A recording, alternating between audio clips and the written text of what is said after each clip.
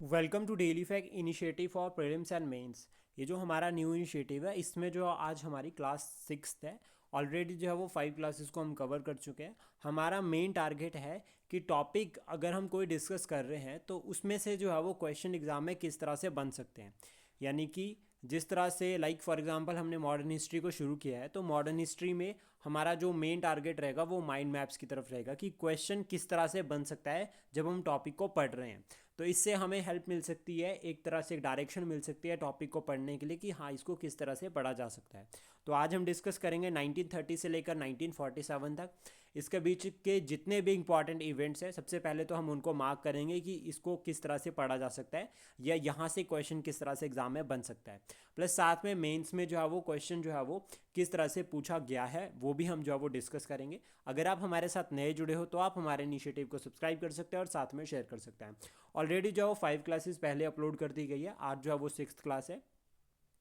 एक प्रीफेस या बैकग्राउंड की अगर हम बात करें सबसे पहले तो अगर हम कोई टॉपिक पढ़ना शुरू कर रहे हैं, जैसे फॉर एग्जांपल आज हमने पढ़ना शुरू किया सीडीएम सिविल डिसोबीडियंस मूवमेंट, तो सबसे पहले कोशिश करो कि उससे पहले जो आपने एक दिन पहले पढ़ा था उसको हल्का सा रिवाइज करो और उसके ऊपर थोड़ा सा पेपर वर्क करो। यानी कि एक शीट पर जो है वो थोड़ा सा हमें डायग्राम फॉर्मेट में बनाना चाहिए कि जो हमने पढ़ा है लास्ट उसमें से कितना हमें याद रहा, ताकि जो हमें आज पढ़ना है उसको हम पूरा प्रॉपर कनेक्ट कर सकें। इससे हमें दो तरह से हेल्प मिल सकती है। एक पहली हेल्प में हमें मिल सकती है कि हमारे पास क्या होगा, कंसेप्ट क्लैरिटी होगी। सेकंड पॉइंट ये होगा कि जो हम आज पढ़ेंगे उसका बेस जो है वो ऑलरेडी बना होगा। तो जो टॉपिक्स हमने 1920 से लेकर 1930 के बीच में पढ़े थे वही जो है वो 1930 में सीडीएम यानी कि सिविल डिसोबीडियंस मूवमेंट का बेस बनते हैं। तो इसमें सबसे पहले phase of non corporation movement है जिसमें गांधी जी ने जो नेशन वाइड एक मूवमेंट लॉन्च करी थी। देन उसके बाद गांधी जी जब 1922 में सिविल 1922 में बारदोली रेजोल्यूशन के थ्रू जो है वो एनसीएम को विड्रॉ कर लिया था, वापस ले लिया गया था। देन उसके बाद गांधी जी जो है वो कंस्ट्रक्टिव एक्ट जो है वो प्रोग्राम शुरू करते हैं, जो मासिस थे उनको प्रिपेयर करते हैं स्वराज के लिए on the basis on the line of non violence truth. ठीक है, इसके ये यानी कि गांधी जो है वो पूरा पूरा प्रोग्राम जो है वो कंस्ट्रक्टिव प्रोग्राम शुरू करते हैं कि लोगों को बताना है, लोगों को सत्याग्रह के लिए प्रिपेयर करना है। देन साथ में इसके बाद सी आर दास और मोतीलाल नेहरू ये काउंसिल एंट्री करते हैं। तो स्वराजिस्ट और no changer, then that means your कि कांग्रेस में यहाँ पर स्प्लिट हुआ है। साइमन कमीशन 1927 में आता है और आईएनसी इंडियन नेशनल कांग्रेस के इंपॉर्टेंट सेशंस लाइक 1924 का सेशन, 25 का सेशन। 24 का जो बेलगाम में हुआ था, 25 कानपुर में हुआ था। कानपुर वाला प्रेसाइड किया था सरोजिनी नायडू ने, जो पहली भारतीय महिला थी, भारतीय महिला president of the INC. And 24 की अगर हम बात करें तो ये एक ओनली सेशन है जिसको जो है वो गांधी जी ने प्रेसाइड किया है। देन उसके बाद रेवोल्यूशनरी ग्रुप यहाँ पर एक्टिव थे like Hindustan Republican association, Hindustan socialist Republican association और साथ में foreign ideologies like socialist communalism.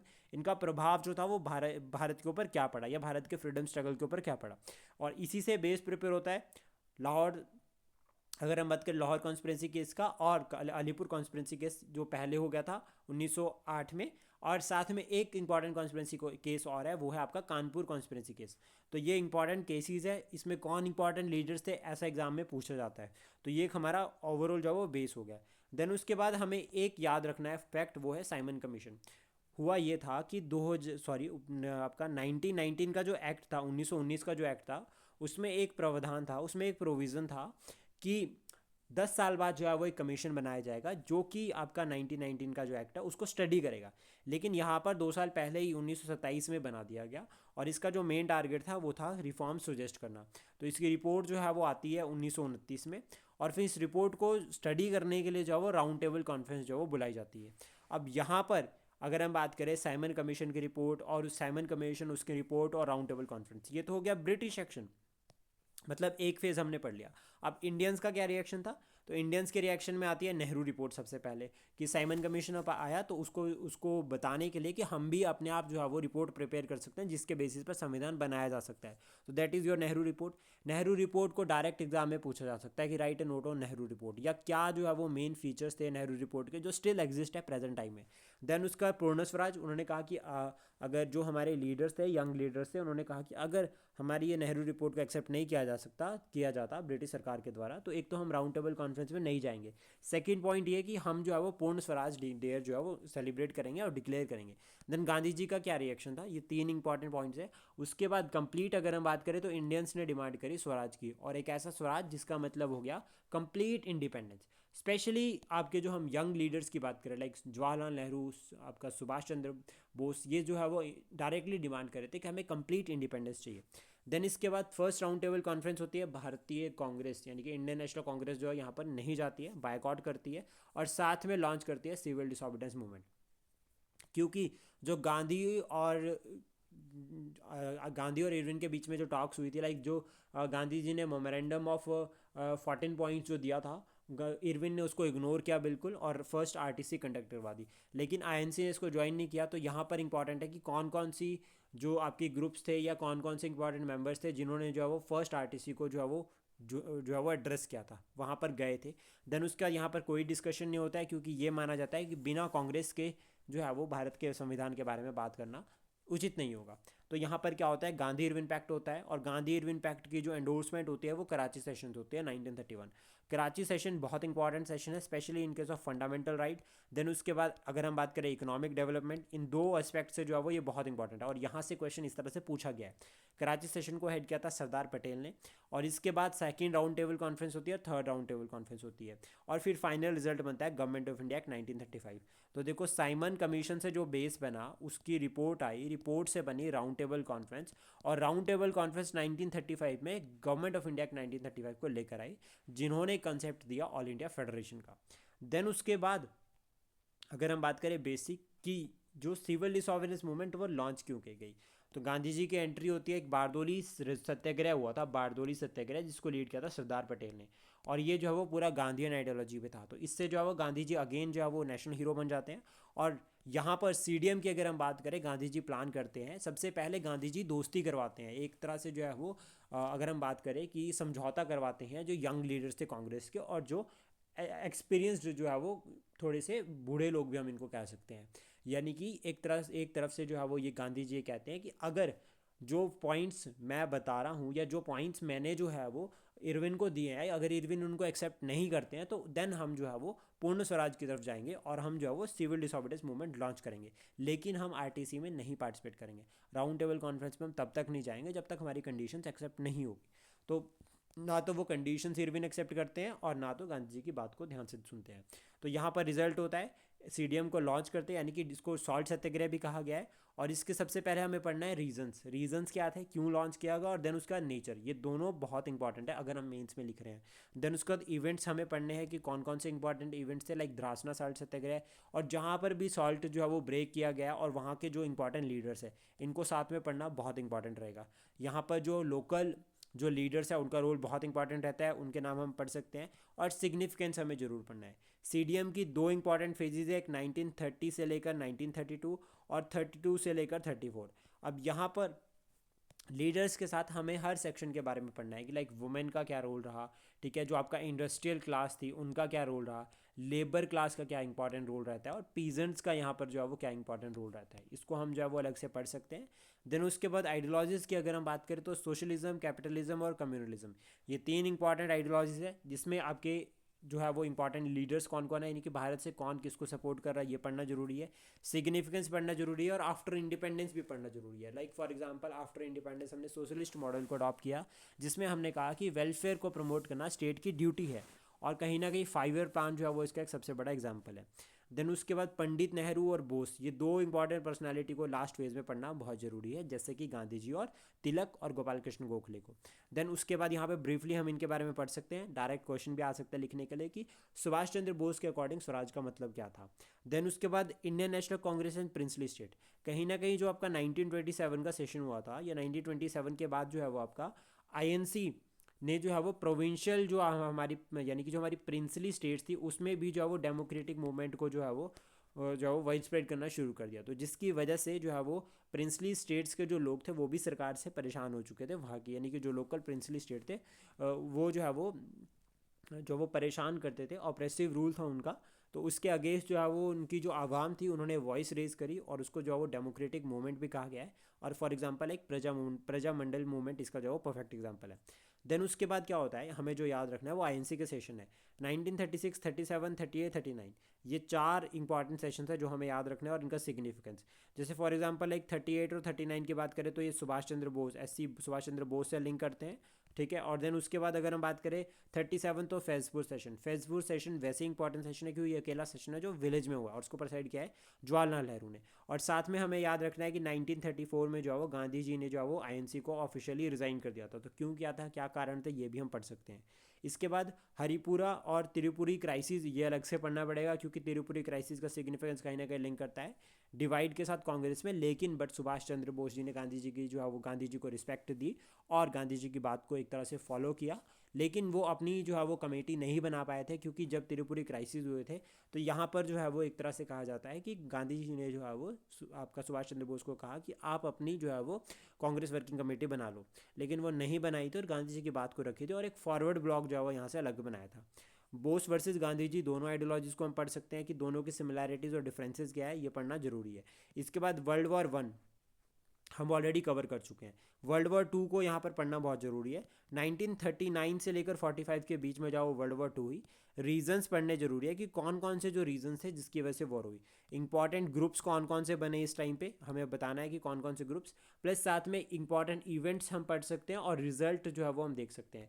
और सिग्निफिकेंस अगर हमें पढ़ना है तो वो हमें पढ़ना है भारत के पॉइंट ऑफ व्यू से कि भारत के लिए जो है वो वर्ल्ड वॉर 2 का या वर्ल्ड वॉर 1 का दोनों का क्या सिग्निफिकेंस रहता है। देन उसके बाद अगस्त ऑफर आता है 1940 का और साथ में individual satyagraha of the Gandhi ji. इन दोनों के सिग्निफिकेंस हमें पढ़ने जरूरी है और अगस्त ऑफर के हम फीचर्स को याद कर सकते हैं। और इंडिविजुअल सत्याग्रह को हमें थोड़ा सा हिमाचल सेंट्रिक भी पढ़ सकते हैं कि हिमाचल से कौन सा लीडर था जो इंडिविजुअल सत्याग्रह में शामिल था। देन उसका क्रिप्स मिशन आता है 1942 का और उसके अगेंस्ट जो मूवमेंट लॉन्च की जाती है दैट इज़ और क्विट इंडिया मूवमेंट। सबसे पहले रीजंस और नेचर पढ़ना बहुत जरूरी है क्विट इंडिया मूवमेंट का। देन इवेंट्स और पार्टिसिपेंट्स के बारे में जानना जरूरी है और लीडर्स कौन कौन थे इसमें और सिग्निफिकेंस बहुत जरूरी है। कौन कौन से सेक्शन का पार्टिसिपेट इसमें रहा है वो बहुत इंपॉर्टेंट है। और सबसे पहले इसमें हमें याद रखना है कि जो क्विट इंडिया मूवमेंट है इसको एक तरह से जो है वो अर्बन क्रांति भी कहा गया है। देन उसके बाद क्रिप्स जो मिशन था इसके फीचर्स भी जो है वो पढ़े जा सकते हैं, ये भी इंपॉर्टेंट रहेगा। देन उसके बाद गांधी जी का role last phase of the freedom struggle यानी कि 1940 से लेकर 1947 तक गांधी जी का किस तरह से जो है वो रोल रहता है उसको पढ़ना जरूरी है। आज़ाद हिंद फौज सुभाष चंद्र बोस ने रीऑर्गेनाइज करी थी, इंपॉर्टेंट लीडर्स कौन थे और इसका सिग्निफिकेंस क्या था और क्यों इन्होंने जो है वो दिल्ली चलो का जो है वो नारा दिया, उसका रीज़न क्या था, इसको भी हम पढ़ सकते हैं और इसके पीछे जो आइडियोलॉजी है उसको भी हम कवर कर सकते हैं। इसके बाद पार्टीशन ऑफ इंडिया होता है 1947 में जिसमें जो है वो पंजाब की बात करें और बांग्लादेश सॉरी बंगाल इन दोनों को डिवाइड किया गया, दो सेपरेट जो है वो प्रोविंसेस बनी थी पहले और उसके बाद जो है वो सेपरेट नेशंस बन गई। तो इनके बारे में हम पढ़ सकते हैं। देन पार्टीशन पे सबसे इंपॉर्टेंट है कि रीजंस क्या क्या जो है वो इंपॉर्टेंट कारण रहे पार्टीशन के, ये पढ़ना बहुत ज़रूरी है। पार्टीशन के इंपॉर्टेंट रीजंस, इंपॉर्टेंट लीडर्स और उनके क्या क्या जो है वो पॉइंट ऑफ व्यू थे, leaders plus point of view. Like for example कि अगर हम बात करें जिन्ना की तो जिन्ना जो है वो क्या सोचते थे पार्टीशन के रिगार्डिंग, इवन गांधी जी क्या सोचते थे पार्टीशन के रिगार्डिंग। और C R formula, yes C R जो आप हमारे थे यानी कि इसको सी आर फार्मूला से भी हम सिंपल लिंक कर सकते हैं। और साथ में दिसाई लियाकत जो पैक्ट, तो इंपॉर्टेंट जो लीडर्स हैं उनके नाम साथ में पढ़ना यहाँ पर जरूरी है। और इवेंट्स अगर आप पढ़ना चाहते हो 1906 से शुरू कर दो या 1875 से शुरू कर दो एएमयू के साथ, आजकल काफ़ी न्यूज़ में भी चली है आपका अलीगढ़ मुस्लिम यूनिवर्सिटी, तो इस तरह से पढ़ा जा सकता है।